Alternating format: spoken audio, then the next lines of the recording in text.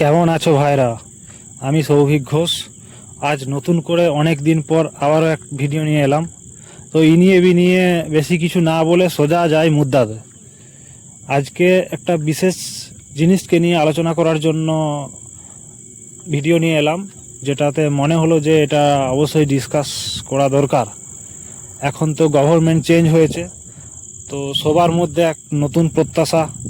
যারা যারা বহুত দিন ধরে এই কম্পিটিটিভ লাইনে একটা চাকরির আশায় লড়াই করে চলেছ, অনেক দিন ধরে সেভাবে রিক্রুটমেন্ট বেরোয়নি, প্রত্যেকের মনে এক বড় রকমের আশা রয়েছে যে এই গভর্নমেন্ট তাদের কিছুটা সুরাহা করবে, তো রেগুলার বেসিসে রিক্রুটমেন্ট আনবে।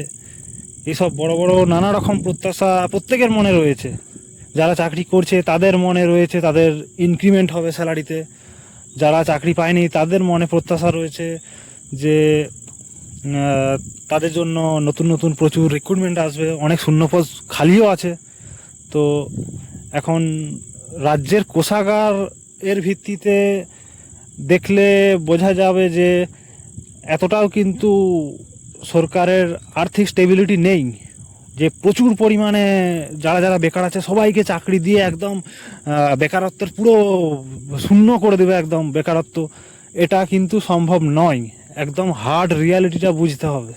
সরকার চাইলেও, সরকার মানছি প্রচুর মানবিক যদি হয়ও, তারপরেও কিন্তু এটা সম্ভব নয়। কোথাও না কোথাও কিছু না কিছু বেকার রয়েই যাবে, কিছু না কিছু নয় বেশিরভাগটাই বেকার রয়ে যাবে। সরকারি চাকরিটাকেই যদি মনে করা হয় যে এটাই একমাত্র সাফল্য, একমাত্র সাফল্যের পথ, সরকার আমাদেরকে কিছু করে দেবে আমাদের রুজি রোজগারে, তবেই আমরা কিছু করতে পারবো, নইলে আমরা নিজেদেরকে বেকার মনে করব। এমন যদি ভাবনা চিন্তা থাকে তাহলে বেকারই রয়ে যেতে হবে মনে মনে কোথাও একটা। সরকার সবার জন্য রোজগারের ব্যবস্থা করে দিতে পারে না, এটা অসম্ভব। যত জনসংখ্যা আছে তার মধ্যে কত পার্সেন্ট আছে সরকারি চাকরিজীবী, এটা ভাবতে হবে। এখন নতুন নতুন ইন্ডাস্ট্রি এলে অন্যান্য রাজ্য আমাদের থেকে আর্থিকভাবে এগিয়ে, নতুন ইন্ডাস্ট্রি যদি ইন্ডিয়াতে আসে তো অন্য রাজ্য তাকে অনেক কম কর আদায় করে সেই কোম্পানির কাছ থেকে অনেক কম কর নিয়ে সেই রাজ্য টেনে নেবে। তো সেই কম্পিটিশনও আমাদের রাজ্য সবসময় পিছিয়ে যাবে। একটা কোম্পানিকে আমাদের রাজ্যে টানতে গেলে সেখানে কোম্পানিকে অনেক করে ছাড় দিতে হয়, তো সেটার জন্য আমাদের রাজ্যের আর্থিক স্টেবিলিটি থাকতে হয়। সেই জায়গাতেও অন্যান্য রাজ্যগুলো আমাদের থেকে আর্থিকভাবে স্টেবল। যখন ইন্ডিয়াতে কোনো কোম্পানি আসতে চাইবে তখন অন্য রাজ্য সেই কোম্পানিটাকে টেনে নেবে অনেক করের সুবিধা দিয়ে। তো সেই জায়গায় আমরা সেই সুবিধাটা দিতে পারবো না, কারণ আমরা আর্থিকভাবে অনেক পিছিয়ে। আমরা যদি সেই ছাড়টা দিয়ে দিই তাহলে আমাদের আখিরে লাভটা সেভাবে হবে না। তো এই সমস্ত দিক বিচার বিশ্লেষণ করে কোম্পানি আমাদের রাজ্যে প্রচুর বড় বড় কোম্পানিগুলো আসার চান্স কিন্তু কম। এরপর ছোটোখাটো কোম্পানিগুলোকে এনে আর্থিকভাবে কিছুটা স্টেবল করে তারপরে বড়গুলোকে আকর্ষণ করা যেতে পারে। তো এইভাবে আস্তে আস্তে আস্তে আস্তে এটা লং টার্ম প্রসেস। এটা একদিনে বেকারত্বের মুক্তি হঠাৎ করে ঘটিয়ে দিতে পারবে রাতারাতি সরকার, পারবে না, চাইলেও পারবে না। তো এইখানে আমাদের করণীয় কি? যারা প্রিপারেশন করছি তাদেরকে দম লাগিয়ে 100% দিয়ে প্রিপারেশান তেজ বাড়িয়ে দিতে হবে। তো এটা করলে কি পাবো, কি ফায়দা আমাদের? সরকার প্রথম প্রথম কোথা রাখার জন্য, নিজেদের কোথাগুলোকে রাখার জন্য প্রথম 2-4টে রিক্রুটমেন্ট কিন্তু খুব ভালোভাবে চালাবে, তারপরে আর পারবে না দিতে। তো প্রথম যে 2-3টে রিক্রুটমেন্ট চলবে সেগুলোতেই চেষ্টা করতে হবে। যারা একদম টপ লেভেলে তাদের প্রিপারেশনটা নিয়ে যেতে পারবে, তো চাকরিগুলো কিন্তু তারাই নিয়ে নেবে। এরপর বাকিগুলোর তাহলে কি হবে? Lakh lakh form fill up হয় একটা রিক্রুটমেন্টে, 8,000 10,000 যদি ভ্যাকেন্সি থাকে সেখানে 12 লাখ 13 লাখ 14 লাখ পর্যন্ত ফর্ম জমা পড়ে। তাহলে এই বাকি লাখ লাখ স্টুডেন্টের কি হবে?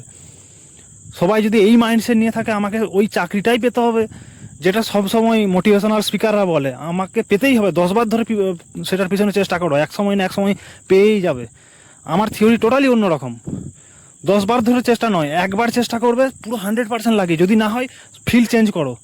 1000টা এখন ক্যারিয়ার অপশন আছে, 1000টা। একটা ক্যারিয়ার অপশনের পিছনে নিজের 10টা 12টা বছর নষ্ট যদি করে দাও তাহলে সেটা সব থেকে বড় বোকামি হবে, এটা আমি মনে করি।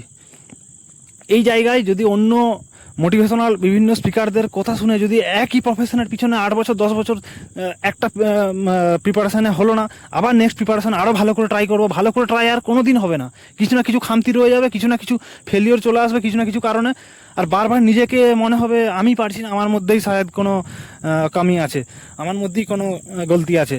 তো এটা বারবার রিপিটেশন হতে থাকবে। আর যদি ফিল চেঞ্জ করে নিই, এই জায়গায় 100% দেবো, মনের মধ্যে রাখতে হবে যদি এখানে সফল না হয় সঙ্গে সঙ্গে অন্য ফিল্ডে যাও, অন্য ফিল্ডে পুরো 100% দিয়ে সেম প্রসেসে আবার এগিয়ে যাও, পুরো সিদ্ধান্তের সাথে লড়াই করে যাও। আমার বিশ্বাস একটা ফিল্ডে ফেলিয়ার হয়েছে মানে সব ফিল্ডে ফেলিয়ার হবে এমনটা হবে না, তোমার একটা একটা করে প্রচুর এক্সপিরিয়েন্স গ্যাদার হবে। এই ফিল্ডের কিছু এক্সপিরিয়েন্স গিয়ে যখন যদি ছোটোখাটো একটা বিজনেসও শুরু করো, ওখানে গিয়ে এখান থেকে এমন কিছু কম্পিটিটিভ এক্সামের প্রিপারেশন থেকে এমন কিছু শিখে যাবে, এমন কিছু তোমার দিমাগ সেট হয়ে যাবে, ওখানে গিয়ে দেখবে সাফল্য পেয়ে গেছো। এমনটা হয় আমার, কিন্তু সেকেন্ড অপশন, থার্ড চয়েস এরকম করে আমার 3-4খানা চয়েস ফেলা ছিল।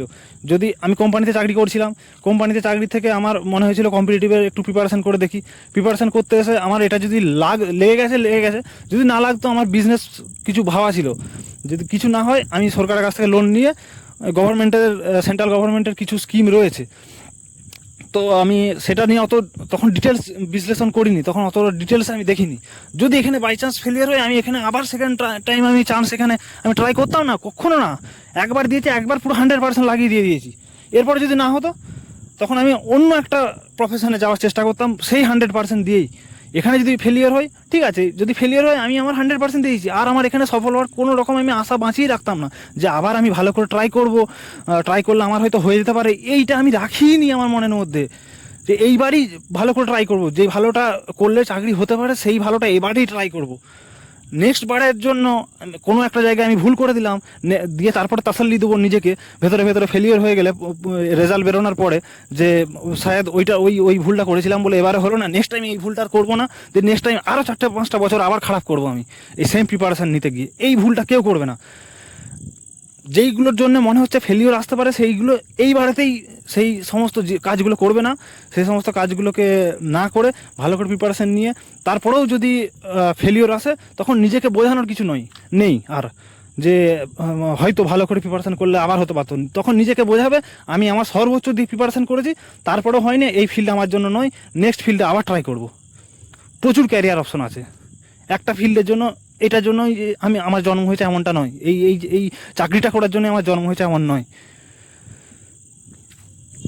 আমি যখন কম্পিটিটিভের প্রিপারেশন করতাম সেই সময় দাঁড়িয়ে আমারই পাড়ার আরেকটা ছেলে ছিল যে এসব প্রিপারেশন করতো না, কিন্তু রানিং করতো, তার ইচ্ছা ছিল আর্মিতে জব করার, আমারও ইচ্ছা ছিল আর্মিতে যাওয়ার। তো আর্মির জন্য আমি ট্রাই করেছি, আর্মিতে পাইনি, তো পুলিশে ট্রাই করেছি, পুলিশে হয়ে গেছে। ওর কিন্তু পুলিশে ট্রাই কখনো করেনি, ও এক্সামের এইসব কাট অফ মার্কস দেখে ও কোনো দিন এসব ট্রাই করেনি, কিন্তু ওর লাইফ কিন্তু ফেলিয়ার হয়নি যথেষ্ট।